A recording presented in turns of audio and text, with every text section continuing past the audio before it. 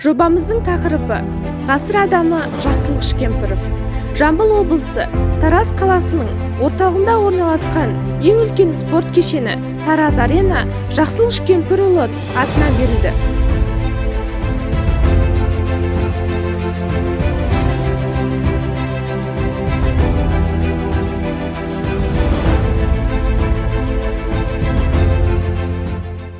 Бүгінгі біздің жобамыздың кейіпкері Жақсылық Шкемпірұлы. 1951 жылы 6 мамырда Жамбыл облысы Байзақ ауданы Тегістік ауылында дүниеге келген. Мектеп бітіргеннен кейін зоотехникалық мамандықты қалап, Семей қаласындағы мал дәрігерлігі институтына оқуға түседі. 1976 жылы шаңырақ көтеріп, 3 жылына немерелері бар. Сұмажал 2020 жылы тамыздың 2 күні Жақсылық Шкемпірұлының өмірден өтеді.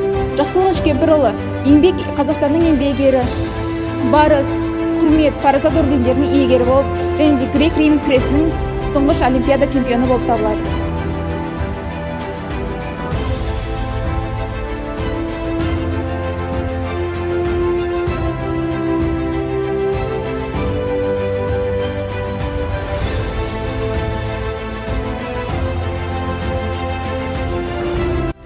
Жақсылық Шкемпірұлы қайтыс болар алдында жастарға өзінің өсиетін айтып өткен болатын.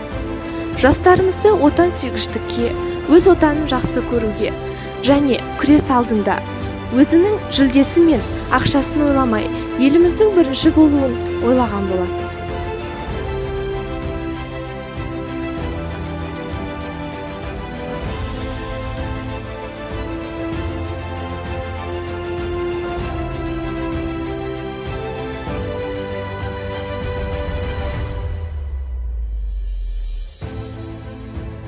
Жақсылық Шкемпірұлының өмір жолын зерделей келе, біз мынандай қызықты мәліметтерді жинадық.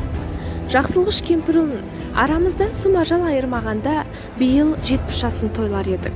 Жақсылық Шкемпірұлын қазақ елі, бүкіл дүние жүзі Жақсылық Шкемпіров деп таниды. Негізгі атамыздың аты жөні Әмірәлиев Жақсылық Шкемпірұлы.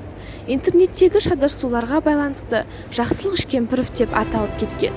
Осы бейне жазбадан кейін атамызды Жақсылық Шкемпірұлы деп атағанымыз дұрыс болады.